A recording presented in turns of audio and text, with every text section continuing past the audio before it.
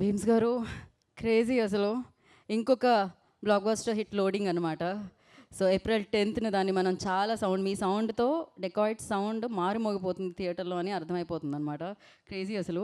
So Sesh గారు, అంటే ఒక క్షణం, ఒక ఎవరు, ఒక గూఢచారి, ఒక మేజర్, అన్నీ కూడా థ్రిల్లర్స్, ఎమోషన్స్ చాలా ఉంటాయి దాంట్లో.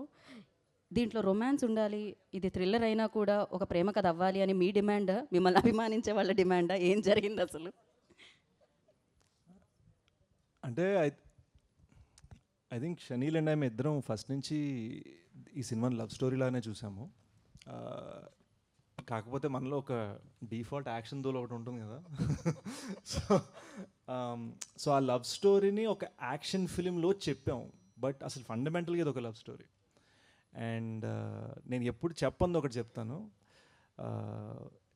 బాయ్స్ అందరికీ ఈ సినిమాని మీరు ఎంజాయ్ చేయాలంటే మీ ఇంట్లో మామ్ని, సిస్టర్స్ని, లేదా మీ గర్ల్ ఫ్రెండ్స్ని, లేదా మీ ఫీమేల్ ఫ్రెండ్స్ని మీ థియేటర్కి తీసుకెళ్ళండి. బికాజ్ ఐ ప్రామిస్ యూ, మీరు వాళ్ళతో చూసినప్పుడు ఈ సినిమాని ఎక్కువ టచ్ అవుతారు, ఎక్కువ రీచ్ అవుతుంది మీకు. And yeah, so it is love story in the disguise of an action film. Okay. And ఇంకొక ప్రశ్న, అంటే రొమాన్స్ లేదంటున్నారు కాబట్టి ఒక ప్రేమ కథ తెచ్చారా అని అడిగాను కదా, సేమ్ అలానే ఇప్పటి వరకు thrillers, actions, so brain use చేసి ఏం చేయాలి అనేది, దాంతోపాటు దీంట్లో స్టెప్స్ కూడా ఉన్నాయంట. ఇది కూడా మీ డిమాండా, మిమ్మల్ని అభిమానించే వాళ్ళ డిమాండా? మాస్ నెంబర్ ఉందంట. గీత వేసిన జోక్ లాంటిది ఒకటి స్టెప్స్ ఇక్కడే ఉన్నాయి కదండి.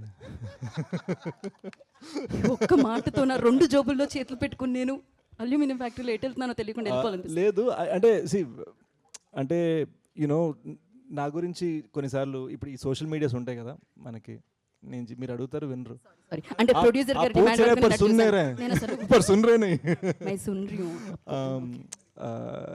యూనో ఈ సోషల్ మీడియాలో కొన్ని కామెంట్స్ ఉంటాయి కదా, అరే ఎప్పుడు థ్రిల్ లేదా ఎప్పుడు యాక్షన్, యూనో ఫర్ మీ కొత్త జాన్ ట్రై చేయాలని. అట్ ద సేమ్ టైం కథ కూర్చుంది, ఈ కథలో వాడు జెన్యున్గా ఒక ఫ్రీ బర్డ్ అయినప్పుడు ఒక ఎంజాయ్ చేసే మూమెంట్ ఉంది. So we thought it would be, so ఈ ఫ్రీ బర్డ్ మూమెంట్ని డ్యాన్స్ తోటి ఎంజాయ్ చేసి సాంగ్ ఫినిష్ చేసి సినిమాని ముగించాం అనమాట. So that's what happen. చూసారా, మీరు చూడమన్నారు, అదే ప్రాబ్లం. ఇప్పుడు నేను మిమ్మల్ని చూడడం మొదలు పెడితే నేను తర్వాత ఏం చెప్పాలో మర్చిపోతాను. విన్నారా? విన్నాను కూడా. సో థ్యాంక్ యూ శేష్ గారు, థ్యాంక్ యూ సో మచ్. డెఫినెట్గా సో ఇంకా ఇప్పటి వరకు మేము ఏదైతే చూడలేదో వాటన్నిటిని కూడా చూడబోతున్నాం ఈ సినిమా ద్వారా.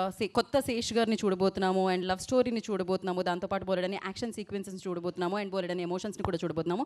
దాంతోపాటు one of the finest actor person, so Anurag Kashyap గారిని కూడా చూడబోతున్నాము. ఇంకేం లేదు, థియేటర్ని వచ్చి మనం కూడా కనుగొట్టడం మొదలు పెడతామేమో, అద్భుతమైన సినిమా చూసామని చెప్పి.